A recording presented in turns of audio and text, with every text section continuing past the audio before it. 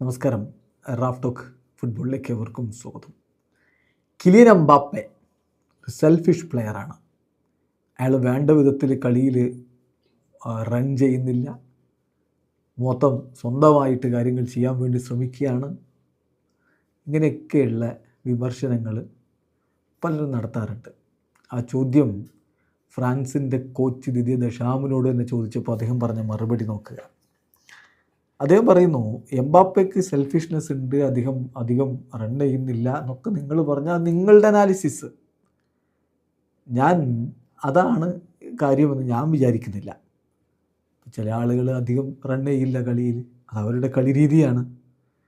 ഇപ്പോൾ ഒരു 11 കിലോമീറ്റർ ഒരു കളിയിൽ അവൻ കവർ ചെയ്യണം എന്നാണ് നിങ്ങൾ വിചാരിക്കുന്നതെങ്കിൽ അത് നടക്കാൻ പോകുന്നില്ല ബ്രദർ. തീർച്ചയായിട്ടും ഞാനത് ബോധർ ചെയ്യുന്നേ ഇല്ല. അദ്ദേഹം അത് ചെയ്യില്ല. പക്ഷേ മറ്റു പല ക്വാളിറ്റീസും അദ്ദേഹത്തിനുണ്ട്. ഒരു കളിയിൽ ഇമ്പോർട്ടൻ്റായ ഡിസിസീവായ മറ്റു പല ക്വാളിറ്റീസും കിലിയനുണ്ട്. നിങ്ങൾക്ക് കിലിയനെ ഇഷ്ടമായിരിക്കാം, അല്ലെങ്കിൽ ഇഷ്ടമല്ലാതിരിക്കാം, ഒക്കെ നിങ്ങളുടെ ഇഷ്ടം. പക്ഷേ യുവതാരങ്ങൾ അദ്ദേഹത്തെ വല്ലാതെ ഇഷ്ടപ്പെടുന്നുണ്ട്. ഒരുപാട് പേര് അദ്ദേഹത്തെ ഐഡളായി കണ്ട് ഫോളോ ചെയ്യുന്നുണ്ട്.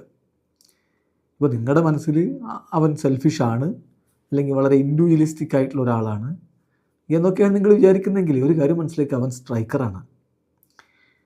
അപ്പോൾ കുറച്ച് സെൽഫിഷ്നെസ് ഒന്നും ഇല്ലാതെ ഒരു സ്ട്രൈക്കർക്ക് മുന്നോട്ട് പോകാൻ പറ്റുമെന്ന് നിങ്ങൾ കരുതുന്നുണ്ടെങ്കിൽ ഇറ്റ്സ് റെഡിക്കുലസ്. അതെനിക്ക് പറയാൻ പറ്റൂ.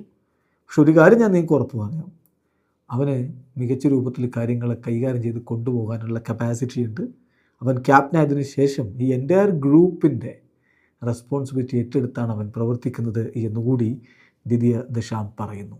ഏതായാലും ഇത്തവണയും വേൾഡ് കപ്പിന് ഫേവറിറ്റുകളുടെ ലിസ്റ്റിൽ തന്നെ ദിദിയർ ദശാമിൻ്റെ ടീമുണ്ട്.